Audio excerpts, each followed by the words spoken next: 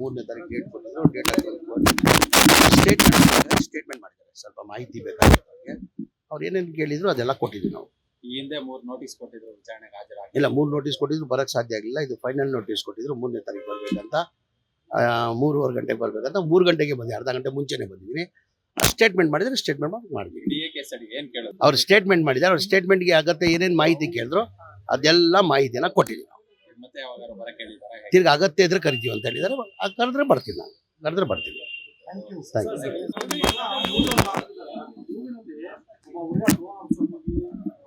ಇಲ್ಲೆಲ್ಲ ಅವನು ಏನೋ ಡ್ರೋನ್ ಗಿಲ್ಲೆಲ್ಲ ನನ್ನ ಗಮನಕ್ಕೆ ಬಂತು. ಅದು ಈಗ ಡ್ರೋನ್ ಅಂದ್ರೆ ಅವ್ರ ಒಂದು ಜಾಬ್ ಅವ್ರದ್ದು. ಈಗ ಫಿಲ್ಮ್ ಒಂದು ಶೂಟಿಂಗ್ ಮಾಡಬೇಕಾದ್ರೆ ಕ್ಯಾಮ್ರಾಮನ್ದು ಒಂದು ಜಾಬ್ ಇರ್ತದೆ, ಡ್ರೋನ್ ಅವ್ರದ್ದು ಒಂದು ಕೆಲಸ ಇರ್ತದೆ.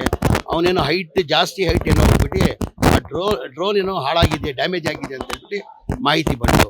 ಈಗ ಅವ್ನು ಹೈಟಿಗೆ ಹೋಗಿ ಅವ್ನು ಡ್ಯಾಮೇಜ್ ಮಾಡ್ಕೊಂಡ್ರೆ ಯಾರೇನು ಮಾಡೋಕ್ಕಾಗ್ತದೆ?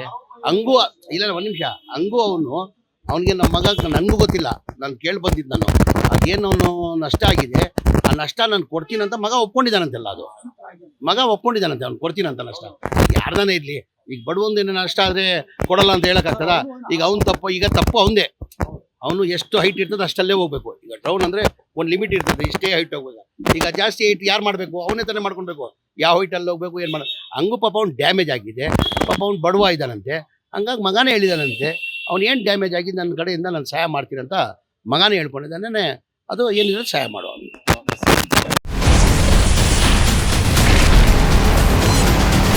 Ashwavega English News.